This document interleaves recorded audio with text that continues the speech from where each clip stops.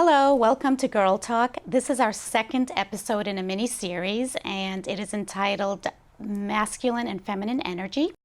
I have my guests here are Kia and Bahar, and they are the mother-daughter fantastic team here. In our first episode, we defined what masculine and feminine energy is, and I highly recommend that you watch it to get a deeper understanding. But basically, I love how Kia said, masculine is the alpha and feminine is the omega. But it doesn't mean that women come second to men. We never want to deliver that message because God created us equal. And the energies that we're speaking about, they dwell in man and woman. But we're going to talk in this episode, we want to embrace the masculine energy and get a deeper understanding of what that means and what energy is and the characteristics of masculine energy. I noticed, Bahar, when you were in middle school, which is normal, you were definitely not as vocal and forward as you became and grew into that position when you came into high school. And I think I remember you ran a conference for your mom. And that caught my attention. I remember you had to take a few days off from work because you had to accompany your mom on a business trip and you were running her business with her. And I said, you're in high school. How are you doing that? And I want to speak to that a little bit because that to me would be masculine energy. Way back when, women weren't doing that. But I think you had the opportunity of watching your mother be a business leader and a business owner.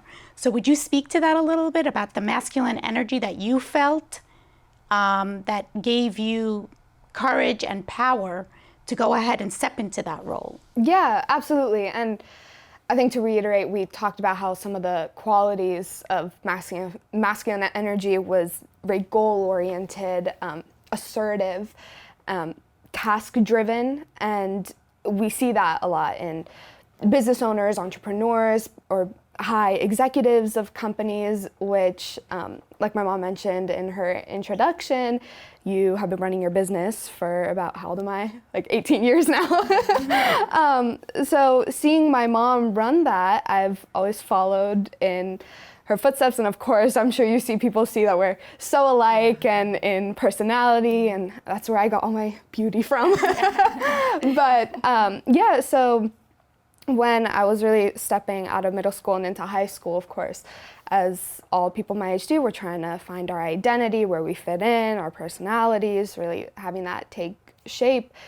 And seeing my mom run her own business, again, which comes with lots of assertiveness and task-oriented energy, I just followed that way. So when you invited me to come help you with your business, that's what I did. And I started that early in high school, probably about freshman, sophomore year. So just starting on that track made me follow it. And I think it helped me a lot in terms of my work and in my discipline. Seeing how you did that in your daily life, I followed the same in my school life, and in how I got my work done at Trinity, which was a very academically rigorous school. So I think that ended up instilling a lot of masculine energy in me, which was that strong, let's go do this. That's really interesting, and I have a question for you because I think it would be really good for young women like you to learn from your example. So you grew up watching your mother be a business owner, right? And that takes a lot of leadership and it took a lot of time from her. Did that take away from her role as a mother and a wife at home? No, not in that way. And I think and I think you can speak to this a little later, being a mother is actually a lot of masculine energy because you are juggling so many things, trying to take care of children, run the household, stay-at-home mother as well. We think, because this is the problem with associating gender roles with masculine and feminine energy, because gender roles are one thing, but masculine and feminine energy, being a stay-at-home mother, not that you were, but that kind of work, it takes a lot of problem solving, takes a lot of hustle, and that's a lot of masculine energy. So that's interesting. Kia, it's great that your daughter had the opportunity to watch you in that role.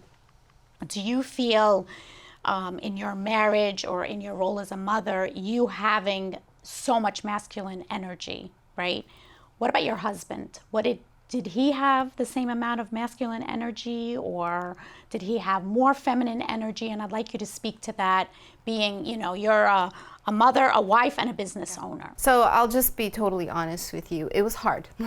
It was difficult because I didn't understand that flow, because energy is about emotion. It's about actions. It's about reactions, decisions. So I think of energy as let's think like lightning, right? Lightning is power. It's energy. Light is energy, and when in science, in the physical science world, we understand it. We're able to direct it, to create light, to create heat, power.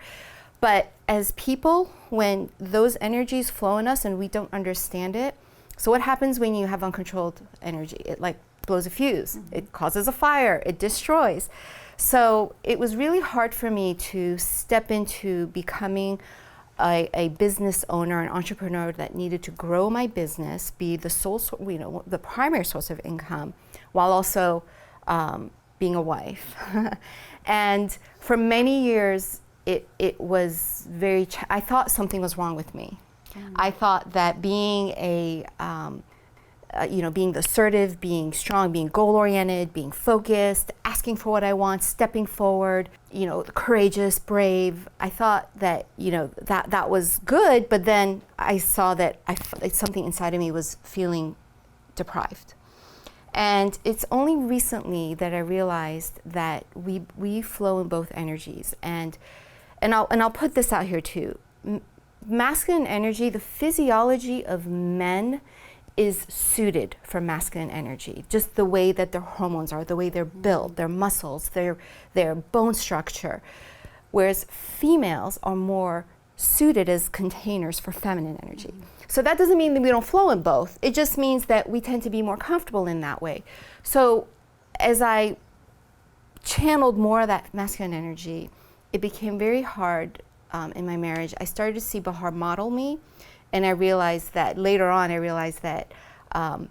she like, where is the feminine? Where is the receiving? She was having a really difficult junior year at that time. It had really reached a peak where it was pressure, it was stress, she was always the doing, the going after, without the leaning back and the receiving.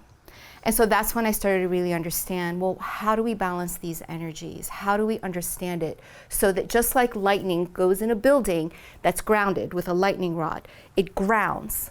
How do we do that in ourselves so that these extreme energies don't destroy us and make us go through, difficulty in our marriages? And so, like you asked me in my marriage, what happens is when there's a strong alpha energy or the masculine energy, the other person naturally leans back. If they try to be the alpha, you do this. So, and that doesn't always work well. That's why I was asking, because as we are getting ready to conclude this episode, what I do want to ask, because about embracing masculine energy, women like us, because we are strong, we are independent, as and like you said, sometimes it's detrimental to us. However, it's the way we are. Are we stripping men from their ability to dip into masculine energy? What do you think? Yeah, I mean, I can speak to what I've been seeing on like the internet and media nowadays. I'm sure like there's so many opinions on the feminist movement and trying to empower women, and while it has good intentions, I think the disparity is where we don't understand these two energies, where we're actually like, feminism is now putting this idea of masculine energy. Now, they won't call it that, but it is masculine energy onto women in a place where they constantly have to embody it. And I've seen a couple, like maybe influencers or just people on media, they're starting to get the idea of that there's actually two different, I don't want to say opposite, but complementary energies, masculine and feminine, and they will speak out about that. And women, like strong women like us, will start to try and embrace feminine energy. And they receive a lot of backlash because they think they're hurting women, that why should a woman have to not act forward, and why should a woman have to repress her assertiveness, when that's not the case. People love to attach value onto masculine and feminine and see feminine as the weaker, which I think hurts women in the end when they're trying to embrace their femininity and society is saying, no, you have to be masculine, that we have to, in order to be equal to men, we have to embrace that masculine energy, when masculine and feminine energy aren't about equality at all. They're actually very complementary, and we need both in order to flow in our lives the way we're meant to. And can I add to that too, that yes, we are stripping men, and that men are they're moving in feminine energy, and women, without realizing it, are being resentful of that. They are getting angry at the men, and they don't know why. They don't know why they're so angry, because they act in feminine energy. Exactly, and that's a great way to end this episode. And I just want you men, if you're watching, we've got your back too. We're taking care of you. And women, this is really important, the way we ended this. So please tune into the next episode so we can discuss feminine energy. Thank you for tuning in.